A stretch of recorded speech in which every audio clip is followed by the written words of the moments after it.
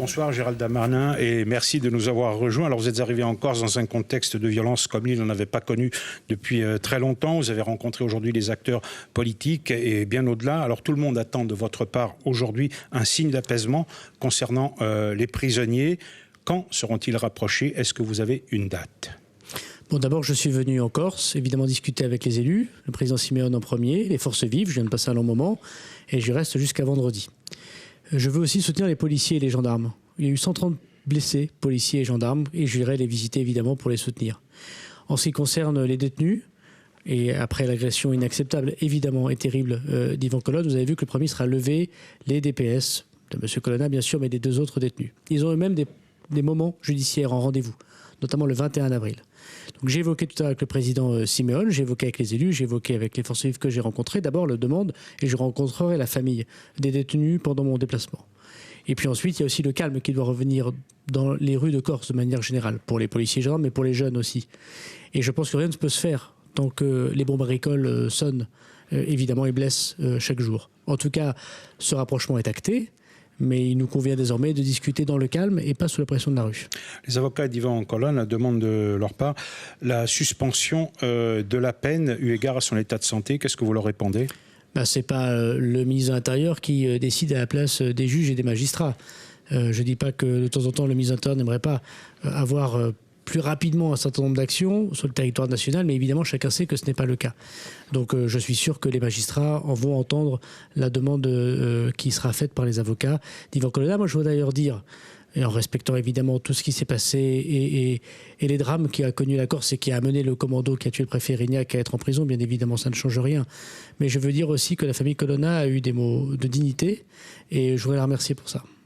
Alors aujourd'hui, je le disais, vous avez rencontré l'ensemble des acteurs politiques, mais au-delà aussi des membres de la société civile. Vous dites être prêt à un dialogue sans précédent. Sur quelle base et quelle est votre feuille de route?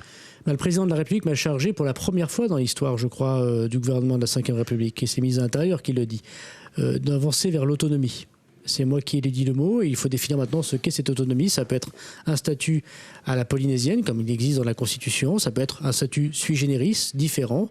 Et pour ça, il faudra changer un certain nombre de règles.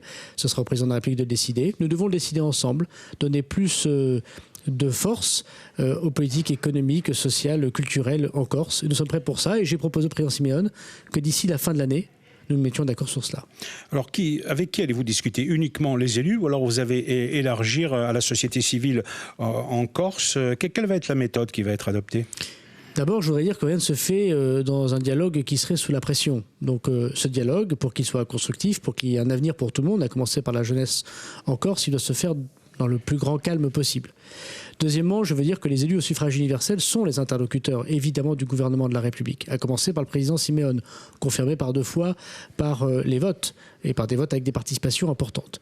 Mais par ailleurs, je ne suis pas sourd, évidemment, aux demandes des forces vives, économiques et sociales. D'ailleurs, aujourd'hui, j'ai rencontré d'abord le président Simeone en tête-à-tête, puis tous les présidents de groupe, y compris d'opposition, longuement. Puis vous l'avez vu longuement, ce qui me mène malheureusement à être en retard dans votre interview, y compris les forces vives. Donc je suis prêt à discuter avec tout le monde, mais évidemment, mon interlocuteur privilégié, c'est le Conseil exécutif. Alors des promesses en Corse, il y en a eu beaucoup pendant 40 ans, beaucoup n'ont pas été tenues aussi. Nous sommes aujourd'hui dans un contexte électoral. Qu'est-ce qui garantit que ce dialogue que vous ouvrez aujourd'hui se poursuivra après l'élection présidentielle, même si le président Macron est réélu ? Surtout si le président de Macron est réélu. On ne présume pas des élections présidentielles, bien évidemment, mais en venant en parler ici, je viens parler au nom de l'État. Il y a une continuité de l'État. Moi-même, j'assume parfois les erreurs ou les avancées qu'ont fait d'autres gouvernements. Mais des fois, il y a eu des interruptions, les promesses n'ont pas été suivies. Il y a eu des moments aussi où il y a des changements d'interlocuteurs localement en Corse. Vous êtes d'accord avec la majorité de M. Simeone n'était pas celle quand il y avait M. Talamone avec lui, puis il n'était pas celle quand M. Simeone n'était pas en responsabilité. Je pense que voilà, le discours d'autonomie qui est porté n'était pas celui qui était là il y a 10 ans, vous le savez bien. Donc il faut aussi savoir s'adapter, mais ce qui est sûr, c'est qu'en tant que ministre de l'Intérieur, je pense que c'est une démarche forte. J'ai prononcé des mots forts. Je viens ici pendant 3 jours. Je vais rester jusqu'à vendredi. Je viens prendre un engagement. Et ce travail se fera, y compris avant le premier tour de la présidentielle. Évidemment, il dépendra du prochain président de la République. Si c'est Emmanuel Macron, il m'a chargé évidemment de dire que les promesses que je ferai, les engagements que je ferai seraient tenus. Est-ce qu'il y a un calendrier qui est déjà défini ou pas? J'ai proposé au président Simeone que pour la fin de l'année, 2022, si nous sommes en responsabilité, nous puissions mettre fin à ces négociations, à ces discussions autour du statut d'autonomie, quel qu'il soit. Et donc il faudrait travailler fortement, rapidement, et je suis prêt à cela. Alors vous l'avez dit, chacun a un peu son interprétation du statut d'autonomie. Quelle est la vôtre aujourd'hui ? Votre religion est faite ou pas ? Non, aujourd'hui, c'est d'abord un sujet qui concerne les élus corses, qui les premiers l'ont réclamé. C'est d'ailleurs la déclaration qu'a fait le président Siméon, me semble-t-il, dès le communiqué de presse que j'ai pu passer pour dire que j'étais prêt au dialogue à la demande du président de la République. Et je suis chargé par Emmanuel Macron, qui déjà voulait inscrire le mot corse dans la Constitution. Il en a été empêché par le Sénat. Je voudrais ici le rappeler, c'est pas de sa faute, même s'il faudra remettre l'ouvrage, évidemment, sur la table. Il faut que les élus corses, en premier, nous disent ce qu'ils souhaitent, comment ils le veulent. Je vois même qu'il y a peut-être des divergences, et c'est normal entre les courants politiques ici. Mais nous sommes prêts à ce dialogue. C'est soit un statut à la polynésienne, soit un autre statut. Et dans ces cas-là, nous devons en tirer toutes les conséquences. Donc ça impliquera une modification constitutionnelle, inévitablement. Elle n'est pas obligatoire, mais elle est possible. Le gouvernement ouvre sur la table toutes les options. Et si jamais nous devions nous mettre d'accord sur cela, je le proposerai au président de la République. Alors au-delà de ce concept d'autonomie, vous l'avez dit, qui reste à définir, il y a un autre thème, c'est la reconnaissance du peuple corse, voté par l'Assemblée nationale en 1991, ça fait un moment, mais rejeté par le Conseil constitutionnel. C'est une revendication qui est permanente, qui revient aujourd'hui dans le débat. Là, ça demande une modification de la Constitution. Est-ce que vous êtes prêt à aller jusque-là sur ce sujet ? Aujourd'hui, il n'y a pas en métropole, mais j'y inclus évidemment la Corse, une terre qui a plus de culture, de langue, de spécificité, d'histoire que la Corse. Et ils ont raison, les Corses, d'être fiers de leur spécificité. Pour moi, elle n'est pas incompatible en aucun cas avec la citoyenneté française et avec la France. D'ailleurs, les Corses ont rendu les plus grands services à la République et sont, je crois, notre porte-avions pour la Méditerranée. Le président de la République a voulu mettre le mot Corse dans la Constitution, justement pour permettre des reconnaissances. Encore une fois, le Sénat l'a refusé. Espérons que le Sénat, désormais, accepte d'aller vers les spécificités. Aujourd'hui, la Corse s'invite dans la campagne présidentielle, avec une polémique évidemment. Certains vous reprochent d'avoir cédé à la violence. D'autres disent que c'est une démarche électoraliste avant le premier tour. Qu'est-ce que vous répondez à tout ça ? La politique, c'est la politique. Moi, je ne suis pas là pour la politique politicienne, que les candidats candidatent et que les candidats s'opposent au président de la République. C'est normal, c'est le jeu démocratique. Je suis là pour d'abord éviter qu'il y ait un mort. C'est très important.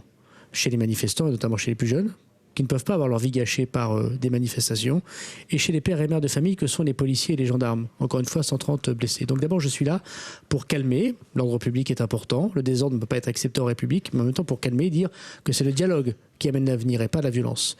Et vous savez, quand on a à être en responsabilité du ministère de l'Intérieur, de la paix publique et de la vie des gens, on ne s'abaisse pas, je crois, aux polémiques politiciennes.